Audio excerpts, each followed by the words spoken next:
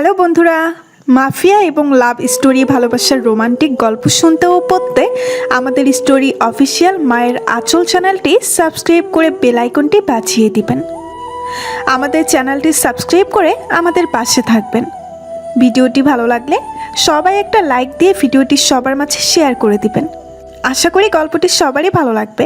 শুনতে থাকুন, সঙ্গে রাখুন। তিতিরের ফোনটা নিয়ে বেরিয়ে এলো ঈশা। আশেপাশে একবার তাকিয়ে এক দৌড়ে চলে গেল শ্রাবণের ঘরে। শ্রাবণ তার বড় খালুকে নিয়ে সবেই ফিরল বাসায়। ক্লান্ত আর বিরক্ত ভাবটা মিলেমিশে জগা খিচুড়ি পাকিয়ে আছে। ঘামে ভেজা শার্টটা চেঞ্জ করার খাতিরে আলমারি থেকে একটা নতুন শার্ট বের করতে করতে তার দুই বন্ধু আকাশ এবং তমাল এসে হাজির হলো। শ্রাবণ ওদের দুজনকে বসতে বলে ওয়াশরুমে ঢুকবে, ঠিক তখনই ঝড়ের গতিতে এসে হাজির হলো ঈশা। ঈশাকে এভাবে ছুটে আসতে দেখে কপালে বিরক্তির ছাপ ফেলে তাকালো শ্রাবণ। ঈশা তার সামনে এসে দাঁড়াতে বন্ধুরা যেন শুনতে না পায়, ঠিক তেমন করে দাঁতে দাঁত চেপে বলল, এত বড় হয়েছিস এখনো কমন সেন্স বলতে কিছু হয়নি? তোর সাথে আমার জরুরি কিছু কথা আছে। যেন শ্রাবণের গম্ভীর গলাটা উপেক্ষা করলো ঈশা। ঘন ঘন দম ফেলে কথাটা বলে তবেই ক্ষান্ত হলো। সময় নেই, পরে। অনেক বেশি ইম্পর্টেন্ট শ্রাবণ ভাই। তোর ইম্পর্টেন্ট তোর কাছে রাখ, আমার সময় নেই। এই বলে শ্রাবণ ওয়াশরুমে চলে যেতে নিলে ঈশা তার হাত টেনে ধরে। জেদ ধরা গলায় বলে, আমার কথাটা না শুনলে অনেক বড় বিপদ হয়ে যাবে। ধ্যার। রেগে গেল শ্রাবণ। ঈশার থেকে নিজের হাতটা ছাড়িয়ে নিয়ে তার শার্টটা ধরিয়ে দিল ঈশার হাতে। অতঃপর বন্ধুদের নিয়ে চলে গেল ঘর থেকে। শ্রাবণ চলে গেলে হতাশ দৃষ্টিতে তাকায় ঈশা। এবার কি করবে ও? কি করে এই ফাঁদ থেকে তিতিরকে বাঁচাবে? বড় মামির দেওয়া মিষ্টি রঙের লেহেঙ্গাটা পরে ঘরময় পায়চারি করছে ঈশানী। সকাল গড়িয়ে দুপুর হয়ে গেল, এখনও শ্রাবণকে কিছুই জানিয়ে উঠতে পারল না। ওদিকে সাজিদ আর ওর সাঙ্গপাঙ্গরা মিলে তিতিরের বিয়ে ভাঙার মতলব আটছে। বারবার মেসেজ করে যাচ্ছে তিতিরের নাম্বারে। এবার ঈশা নিজেরও যেন ভয় হতে লাগলো। এখনই যদি ওই বদমাইশটাকে আটকানো না যায়, তবে অনেকগুলো জীবন একসাথে নষ্ট হয়ে যাবে। নানা ভাইয়ের সম্মান, মামাদের সম্মান কিছুই যে আর থাকবে না। আর ভাবতে পারছে না ঈশা, এবার কিছু একটা করতেই হবে। তুতুন, এই তুতুন। আরে বাবা, সাজার সময় তো ডিস্টার্ব করিস কেন? সাজবি পরে, আগে যা শ্রাবণ ভাইকে খুঁজে নিয়ে আয়। ও বাবা গো, সে আমি পারবো না। ডাকলে কেমন খ্যাক খ্যাক করে। আজ করবে না। কেন, আজ কি? আজ যাই হোক, আজ করবে না। তুই যা ডেকে নিয়ে আয়। তুই আমাকে বাগের হয়ে পাঠাচ্ছিস কিন্তু। উফ, ড্রামা কুইন রে, পরে ড্রামা করিস বোন। আগে যা বললাম তা কর। সাজ অর্ধেক কমপ্লিট করে চলে গেল তুতুন। বিয়েবাড়ির এত ভিড়ে কোথায় খুঁজবে এই যমরাজকে? তবে খুঁজতে আর খুঁজতে বেশি কঠখড় পোড়াতে হলো না তুতুনকে। নিচতলাতেই নিজের বন্ধুদের সাথে পেয়ে গেল শ্রাবণকে। তোমাকে মেজো আপা ডাকছে। কে ডাকছে? মেজো আপা। কেন? জানি না, জরুরি কাজ আছে, জলদি চলো। বলেই আবার দৌড়ে চলে গেল তুতুন। শ্রাবণ ওর যাওয়ার পানে তাকিয়ে দেখলো কোথায় গেল ও। বন্ধুদের বলে সেও চলে গেল তুতুনের পেছন পেছন। অফ হোয়াইট একটা পাঞ্জাবি পরেছে শ্রাবণ। গৌরদেহে রংটা ঝাঁকিয়েছে বেশ। গাল ভর্তি চাপদাড়িগুলো আরও সৌন্দর্য বাড়িয়েছে এই পুরুষের। তবে এই রূপ এই মুহূর্তে বাধা হয়ে দাঁড়ালো ঈশার কাছে পৌঁছাতে। সিঁড়ি ধরে উপরে উঠতে এক গাদা মেয়ে এসে জড়সড় হলো তার সামনে। সে এপাশ থেকেও যেতে পারছে না, আবার ওপাশ থেকেও যেতে পারছে না। তাই এক পাশ হয়ে দাঁড়িয়ে পড়লে মেয়েগুলোও দাঁড়িয়ে পড়লো। যা দেখে শ্রাবণ বিরক্ত গলায় বলল, আপনারা আগে নামুন। মেয়েগুলো গলা বেঁধে হেসে উঠল। শ্রাবণ বুঝলো এরা তাকে ডিস্টার্ব করার জন্যই এমন করছে। ভাবতেই মেজাজটা বিগড়ে গেল তার। মুখ তুলে ওদের পানে তাকাতেই সবগুলো মাথা ঝুঁকিয়ে ফেলল, যেন লজ্জা পেয়েছে। শ্রাবণ নিজেকে যথেষ্ট কন্ট্রোল করার চেষ্টা করে আবারও বলল, কিছু বলতে চান? একটা মেয়ে বড় কৌতূহলের সঙ্গে প্রশ্ন করলো, আপনি শ্রাবণ, তাই না? জি আমি শ্রাবণ। সঙ্গে সঙ্গেই কানাঘোষা শুরু হলো। কানাঘোষা করতে হয় অন্যের থেকে লুকিয়ে, কিন্তু মেয়েগুলো তা করছে না। ফিসফিসিয়ে কথাগুলো বলছে স্বাভাবিকের তুলনায় জোরে। শ্রাবণ গলা খাঁকড়ে দিয়ে উপরে উঠে যেতে নিলে তাকে আবারও আটকায় মেয়েগুলো। কেন? ভ্রুকুচকে ফট করে প্রশ্ন করলো শ্রাবণ। মেয়েগুলো খানিক ভরকে গেল, আমতা আমতা করে বলল। শ্রাবণ আর কিছুই বলল না। আবারও উঠতে নিলে আবারও পিছু ডাক পড়ে। এবার সে রেগে যায় ভেতরে ভেতরে, তবে এবারও নিজেকে যথাসম্ভব শান্ত রাখার চেষ্টা করে। মুখে জোরপূর্বক হাসির রেখা টেনে পেছনে মুড়ে তাকিয়ে বলল, আবার কি হলো? না, সে মোটেই সিঙ্গেল নেই, সে বিবাহিত। আর সে তার বউকে ভীষণ ভালোবাসে। তাদের বাচ্চাও আছে 3টা, আর একটা অন দ্য ওয়ে। ঝাঁসি রানী যেন উপর থেকে চমকে পড়ল। ঝাঁঝালো গলায় কথাগুলো বলে শ্রাবণের হাতটা ধরে টেনে নিয়ে গেল ঈশা। রুমে ঝুঁকে শ্রাবণের হাতটা ছেড়ে দিয়ে রাগে ফোঁস করতে করতে দরজাটা লক করে দিল। ঈশার এই রণচণ্ডী রূপে মোটেও পরিচিত নয় শ্রাবণ। হাতে গোনা কয়েকবার ঈশাকে রাখতে দেখলেও এভাবে কখনোই রণচণ্ডী হতে দেখেনি।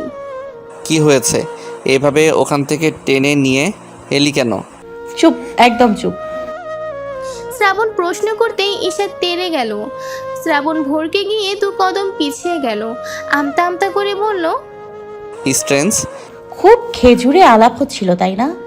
আর এদিকে আমি সেই সকাল থেকে তার পিছু পিছু ঘুরে মরছি, আর তার বেলায় সে ব্যস্ত।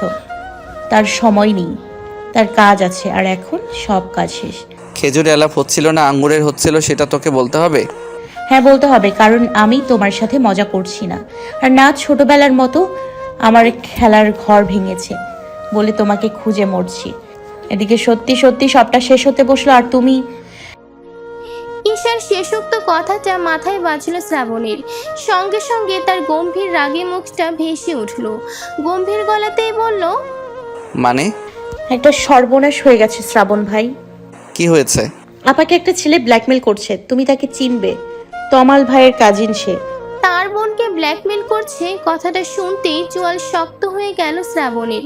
অগ্নি দৃষ্টিতে ঈশার দিকে তাকিয়ে তাকিয়ে দাঁতে দাঁত চেপে বলে উঠল, সাজিদ। হ্যাঁ, সাজিদ। ও আপার বিয়ে ভেঙে দেবার হুমকি দিচ্ছে। এই যে দেখো। ঈশার হাত থেকে ফোনটা একরকম কেড়ে নিল শ্রাবণ। সাজিদের পাঠানো মেসেজগুলো দেখে তার মস্তিষ্ক যেন জ্বলে উঠল। রাগে ফুঁসে উঠে বলল, ওর এত বড় বুকের পাটা! তুমি জানো না ও আপার সাথে কি করেছে? চল আমার সাথে। ঈশার হাত ধরে নিজের সঙ্গে নিয়ে কাউকে কিছু না জানিয়ে বেরিয়ে গেল শ্রাবণ। সে জানে এই মুহূর্তে সাজিদকে কোথায় পাওয়া যাবে। শ্রাবণ ঈশাকে বাইকের পেছনে তুলে সেদিকেই রওনা হলো। সাজিদ শ্রাবণের কলেজের জুনিয়র ছিল। তমালের কাজিন হিসেবে সাজিদের সাথে তার একটা পরিচিতি থাকলেও অন্য সব দিক থেকে তাদের সম্পর্ক ছিল সাপে নেউলে। সাজিদ বরাবরই বড় উশৃঙ্খল ধরনের ছেলে। ছোটবেলা থেকেই রাজার হালে বড় হওয়ার এই একটাই অসুবিধা ছিল, ও ভাবতো ওর বাবার টাকা দিয়ে হয়তো সব কিছুই ও কিনে ফেলতে পারবে। আর সেটা যে সম্ভব না তারই প্রমাণ দিত শ্রাবণ, যার ফলে দুজনের মাঝে একটি প্রতিশোধ নেওয়ার সম্পর্ক গড়ে ওঠে। হয়তো সেই ক্ষোভ থেকে সাজিদ তিতিরের সাথে এই মিসবিহেভটা করতে পারে। কালো গাড়িটার ওপর আয়েশ করে বসলো সাজিদ। হাতে ধোঁয়া ওড়ানো গরম চায়ে একটা ফু দিয়ে পকেট থেকে ফোনটা বের করে চোখ বুলালো। তিতিরের সাথে এই ব্ল্যাকমেইলটার খেলাটা খেলতে ভীষণ ভালো লাগছে তার। এটা তার এক ধরনের নেশা। মেয়েদের সম্মান নিয়ে খেলতে কার না ভালো লাগে। মানুষ অযথাই ভালো মানুষ হওয়ার মুখোশ পরে থাকে। আসল মানুষ, আসল পুরুষ তো সাজিদ। কেননা সে কখনোই আড়ালে কিছু করে না, যা করে একদম প্রকাশ্যে। কথাটা ভাবতে ভাবতেই বাঁকা হাসলো সাজিদ। গুনগুন করতে করতে এক হাতেই সে পুনরায় টাইপ করলো তিতিরের নাম্বারে। মেসেজটা সেন্ড করে খ্যাক খ্যাক করে হেসে উঠল। ফোনটা অফ করে পুনরায় রেখে দিল আগের জায়গায়। ক্লাবের বাইরে তার গাড়ি রাখা, ভেতরে জমিয়ে পার্টি হচ্ছে। আপাতত তার সেসবে মন নেই। আজ সে একটা মেয়ের গোটা ভবিষ্যৎ নষ্ট করতে যাচ্ছে। এখন পার্টিতে মন দিলে চলবে না, এখন এই দিকে ফোকাস করতে হবে। ভাবতে ভাবতে চায়ের কাপে চুমুক বসাতেই হাওয়ার ব্যাগে ছিটকে পড়ল সাজিদ। মনে হলো তার পা ধরে কেউ টেনে হিঁচড়ে ছুঁড়ে ফেলেছে। ঘটনার আকস্মিকতা ভয়ে চিৎকার করে উঠল সে। নিচে পড়ে আশেপাশে তাকাতে তাকাতে হঠাৎ সামনে এসে দাঁড়ালো শ্রাবণ, হাতে একটা হকি স্টিক। সাজিদের হঠাৎ মনে পড়লো এটা সেই কলেজের হকি স্টিকটা যেটা দিয়ে শ্রাবণ তাকে একবার মেরেছিল। খানিক ভরকে গেল সাজিদ, তবে দমল না। নিজের ভেতরের পুরুষকে জাগিয়ে গর্জে উঠে নিজের পায়ে উঠে দাঁড়ালো। পরনে সাদা লেদারের দামি জ্যাকেটটাতে ময়লা লেগেছে, সেটাই ছাড়তে ছাড়তে শ্রাবণের দিকে জ্বলন্ত দৃষ্টিতে তাকাতে শ্রাবণ তেড়ে গিয়েই বসালো একবারই। বাড়িটা পড়লো সাজিদের ডান হাতের বাহুতে। খানিক ঝুঁকে পড়লো সাজিদ, আবারও সোজা হয়ে দাঁড়ালো সে। আপাতত তার খেলা নয়, আগে শ্রাবণ খেলুক, তারপর সে নিজের খেলা দেখাবে। এখন শ্রাবণের হাতের মার খেয়ে নিজের জেদটা আরও গাঢ় হবে। শ্রাবণের চোখ জোড়া হিংস্র হয়ে আছে। রক্তবর্ণের এই চোখ জোড়ায় এককালে ফোবিয়া ছিল সাজিদের, তবে এখন আর সেটা ফোবিয়াতে নেই। ভয়কে জয় করে সেটাকে এখন জেদে পরিণত করেছে সাজিদ। আরও বেশ কয়েকটা মার খেলো হকি স্টিকের। এবার শ্রাবণ মারতে নিলে সাজিদ ধরে ফেললো হকি স্টিকটা, কিন্তু ধরেও যে কায়দা করতে পারে না। সাজিদের হাঁটু বরাবর শরীরের সমস্ত শক্তি এক করে লাথি দেয় শ্রাবণ। সাজিদ হাঁটু ভেঙে হুমড়ি খেয়ে পড়ে নিচে। শ্রাবণ এবার নিজেই টেনে তুলে তাকে, টেনে তার করিয়ে শার্টের কলার চেপে গর্জে উঠে বলে, আমার বোনকে টার্গেট করিস তুই? তোর এত বড় কলিজা? শ্রাবণের হাতে বন্দি হলেও সাজিদের বড়াই কমে না এক ফালিও। ফিক করে হেসে দেয় শ্রাবণের কথা শুনে, যেন শ্রাবণ তাকে কোনো মজার বাক্য শুনিয়েছে। বলেই আরো উচ্চস্বরে হাসতে লাগলো সাজিদ। শ্রাবণ রাগে থর থর করে কেঁপে উঠল। ভেতরটা জ্বলে যাচ্ছে তার। কি করছে এই জানোয়ারটা তার বোনের সাথে? ঠাস ঠাস করে বার কয়েকটা বিকট শব্দ হওয়াতে কেঁপে উঠল চারিপাশ। সাজিদ গালে হাত দিয়ে সামনে তাকাতেই আবারও একটা চর পড়ার শব্দ হলো এবং সাজিদের হাত তার অন্য গালে গিয়ে ঠেকলো। পরক্ষণেই তার চুলের মুঠি ধরে টানতে টানতে অন্য পাশে নিয়ে গেল ঈশা। ফের পুনরায় শুরু হলো সাজিদের উপর অ্যাটাক। এমনভাবে কুংফু ক্যারাটে চালাচ্ছে সাজিদ, যেটা ধরতেই হিমশিম খাচ্ছে। অতঃপর এক পর্যায়ে সাজিদের কলার ধরে দাঁতে দাঁত চেপে বলে উঠল ঈশা, আমার আপাকে অসম্মান করা? আমার আপাকে জানিস তোর জন্য কতটা কাঁদতে হয়েছে আমার আপাকে?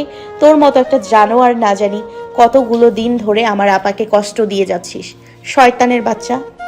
বলতে বলতে পেট বরাবর ঘুষি মারল সাজিদের। ঘুষি খেয়ে ভাঁজ হয়ে গেল সাজিদ। কাশতে কাশতে পেটে হাত চাপতেই পা তুলে পুনরায় সাজিদের পেটে বরাবর লাথি মারল ঈশা। সাজিদ ছিটকে পড়ল রাস্তায়। ঈশা তেড়ে গিয়ে সাজিদের উপর চড়াও হয়ে এলো বাতারে কিল ঘুষি মারতে মারতে বলতে লাগলো, আর কত মেয়ের জীবন এভাবে নষ্ট করেছিস তুই? কত মেয়ের সাথে এমন মিথ্যে অভিনয় করে তাদের ক্ষতি করেছিস? বল বল বলছি। সাজিদ কাশতে কাশতে রক্ত বমি করছে, যা দেখে একটু ভয় পেল শ্রাবণ। দ্রুত গিয়ে ঈশার হাত চেপে ধরল। ওকে সাজিদের উপর থেকে সরিয়ে আনতে চাইলে ওর সাথে যেন পেরেই উঠছে না। রাগে ক্ষোভে ঈশা আউট অফ মাইন্ড হয়ে গেছে যেন। কলেজে ঈশা ক্যারাটে শিখেছিল। ভয়ানক রকমের মারের কৌশল তখনই রপ্ত করে ফেলে এই মহারানী। ক্ষণকালের জন্য তো ভুলেই গিয়েছিল শ্রাবণ। ঈশা ছাড় ওকে, এভাবে মারলে কোনো সমাধান হবে না। আজ ওকে আমি মেরেই ফেলবো। আমার আপাকে ব্ল্যাকমেল করার সাহস কি করে হয় ওর? বোকা ভেবেছে আমার আপাকে, তাই না? ভেবেছে আমার আপাকে বাঁচানো কেউ নেই। বলতে বলতে আবারও দিল 2-3 ঘা। শ্রাবণ টেনে তুলে আনলো ঈশাকে। ওর হাত দুটো শক্ত করে চেপে ধরে নিজের দিকে ফেরাতে চেষ্টা করলে সফল হলো না কোনো মতেই। ঈশা এখনও বারবার তেড়ে যেতে লাগলো সাজিদের পানে। ওর যা মার খাওয়ার খেয়েছে ও, এবার ওকে পুলিশে দিতে হবে উইথ প্রুফ। হ্যাঁ, ঠিক বলেছো তুমি। এই কুলাঙ্গারকে অবশ্যই অবশ্যই পুলিশের হাতে তুলে দেওয়া উচিত। কিঞ্চিত শান্ত হতে পারল ঈশা। শ্রাবণ ছোট্ট একটা দীর্ঘশ্বাস ছেড়ে ঈশার মাথায় হাত রাখলো, অতঃপর মৃদুস্বরে বলল, শান্ত হ, ওর বাকি শাস্তি আমরা না পুলিশ দিবে।